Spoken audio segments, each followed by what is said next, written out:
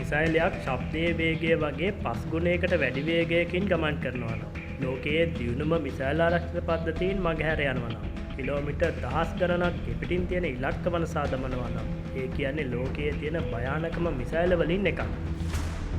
චීනයේ නිෂ්පාදිත DF-27 හයිපර්සොනික් මිසයිල ලෝකයේ භයානකම missile වලින් එකක් වෙන්නේ ඒ නිසයි. අද අපේ මේ සොයා බැලීම ඒ ගැන. වීඩියෝ එක ඉවර වෙනකම් බලලා හොඳයි කියලා හිතනොත් අපිව සබ්ස්ක්‍රයිබ් කරන්න යන්නත් අමතක කරන්න එපා.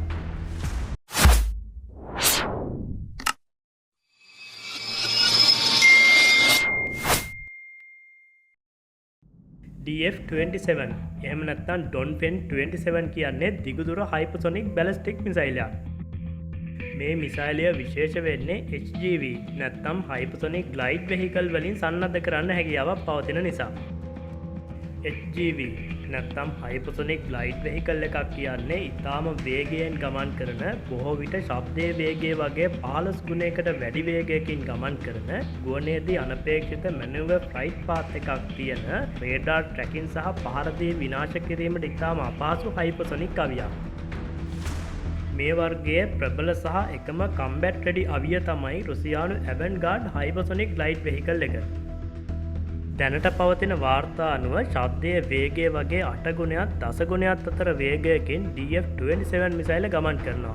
ඒ නිසා මේ මිසයිලය සතුරු රේඩාර් වලින් හඳුනා ගැනීම, තීරණ ගැනීම සහ පහර දීම සඳහා ඉතිරි වෙන්නේ ඉතාම අඩු කාලයක්. DF-27 මිසයිල හමුදා කඳවුරු, අනදෙන මධ්‍යස්ථාන, ගුවන් යානා ප්‍රවාහන නෞකා සහ නාවික පහර දීමේ බලගන විනාශ කිරීම සඳහා විශේෂයෙන් නිෂ්පාදිතයි. දැනට පවතින මිසයිල් ආරක්ෂණ පද්ධතිය නිර්මාණය කරලා තියෙන්නේ ගමන් මාර්ගයේ අනුමාන කළ හැකි මිසයිල විනාශ කරන්න. DF-27 මිසයිල low altitude එකක ගුවනේදී ගමන් මාර්ගය වෙනස් කරමින් ගමන් කරන නිසා දැනට පවතින මිසයිල් ආරක්ෂණ පද්ධතීන් වලින් මේ මිසයිලය නැවැත්වීම ඉතාම අපහසුයි. Aircraft carriers කියන්නේ නූතන නාවික බලයේ කොඳුනාරටිය, විශේෂයෙන්ම ඇමරිකාවේ. DF-27 මිසයිල වල දිගුදුර මෙහෙයුම් පරාසය නිසා පැසිෆික් කලාපයේ ඇමරිකානු නාවික බලය දැඩි අභියෝගයකට ලක් වෙනවා. DF-27 මිසයිල සාම්ප්‍රදායික වගේම න්‍යෂ්ටික යුද ශේෂවලිනුත් සන්නද්ධ කරන්න පුළුවන්.